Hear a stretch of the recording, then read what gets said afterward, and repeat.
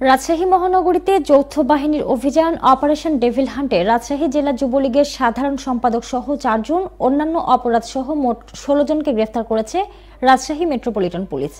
সারা দেশের ন্যায় রাজশাহী মহানগরীতে অস্থিতিশীলতা সৃষ্টি প্রতিরোধে অপারেশন ডেভিল হান্ট পরিচালিত হয়েছে।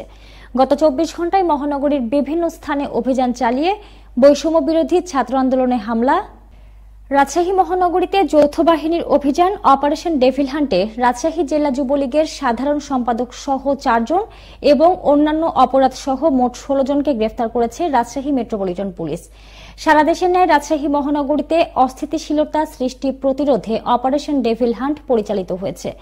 গত 24 ঘন্টায় মহানগরীর বিভিন্ন স্থানে অভিযান চালিয়ে বৈষম্য বিরোধী ছাত্র আন্দোলনে হামলা, বিস্ফোরণ ঘটানো, সন্ত্রাসী কর্মকাণ্ড এবং অন্যান্য অপরাধের অভিযোগে 4 জন গ্রেফতার হয়েছে।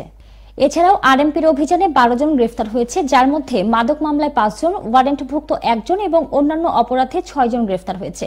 অপারেশন ডেভিল হান্টে গ্রেফতারকৃতরা হলেন অভি, শামীম, বাপ্পি, জাকির ও মিজানুর রহমান। অভি রাজশাহী মহানগরীর মতিহার থানার ডাশমারি এলাকার আব্দুল হামিদের ছেলে। সে বাংলাদেশ ছাত্রলীগ রাজশাহী বিশ্ববিদ্যালয় শাখার আমির আলী হলের সাবেক সহসভাপতি।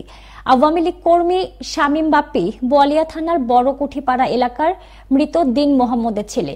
আওয়ামী লীগ সমর্থক জাকির চন্দ্রিমা থানার নিউ কলোনি হাজরাপুকুর এলাকার মৃত রফিক উদ্দিনের ছেলে এবং ছাত্রলীগ সমর্থক মিজানুর রহমান মতিহার থানার কাজলা এলাকার আবু তালেবের ছেলে। গ্রেফতারকৃত আসামিদের বিরুদ্ধে আইনগত ব্যবস্থা গ্রহণ করা হয়েছে।